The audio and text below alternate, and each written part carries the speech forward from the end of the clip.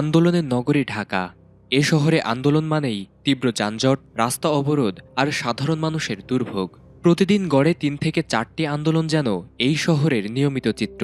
দাবি আদায়ের নামে যখন দলবদ্ধ স্লোগান আর মিছিলের ভিড়, ঠিক তখনই এই কোলাহলের মধ্যে শত শত প্লেকার্ড নিয়ে একাই সমাজের অব্যবস্থাপনার বিরুদ্ধে লড়ে যাচ্ছেন মোখলেছুর রহমান। মোখলেছুর কোনো সংগঠনের নেতা নন, নেই তার পেছনে কোনো রাজনৈতিক ব্যানার কিংবা শক্তিশালী গ্রুপ। তার সম্বল শুধুই কিছু হাতে লেখা ব্যানার ও ফেস্টুন।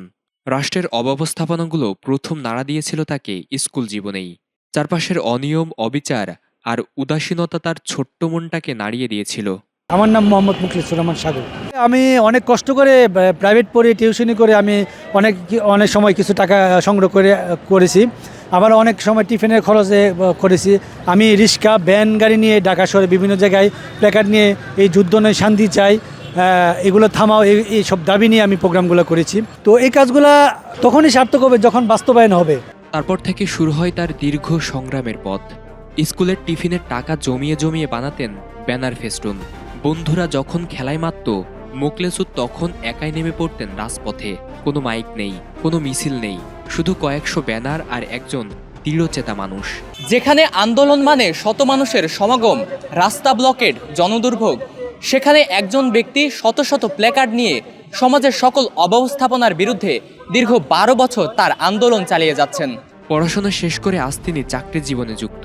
জীবন তাকে নানা দায়িত্বে বেড়েছে, কিন্তু থামাতে পারেনি তার প্রতিবাদ।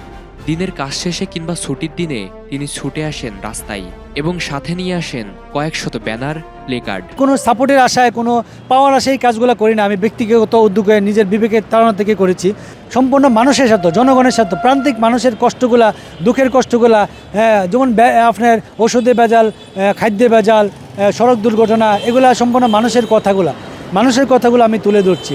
আমি তো এই কাজগুলো করে যাব যতদিন এই সমস্যাগুলো সমাধান না হবে, যতদিন আমরা একটি স্বয়ংসম্পূর্ণ মানবিক দুর্নীতিমুক্ত বাংলাদেশ গড়ে উঠতে না পারবো, ততদিন আমি এই কাজগুলো করে যাব। আমার এই আশা ব্যক্ত করেছি। অনেকেই আন্দোলন করে দাবি আদায়ের জন্য, আর সে আন্দোলন করে বিবেককে বাঁচিয়ে রাখার জন্য।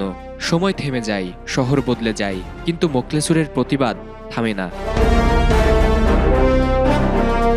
ফরিদুল ইসলাম ইমন, ATN বাংলা, ঢাকা।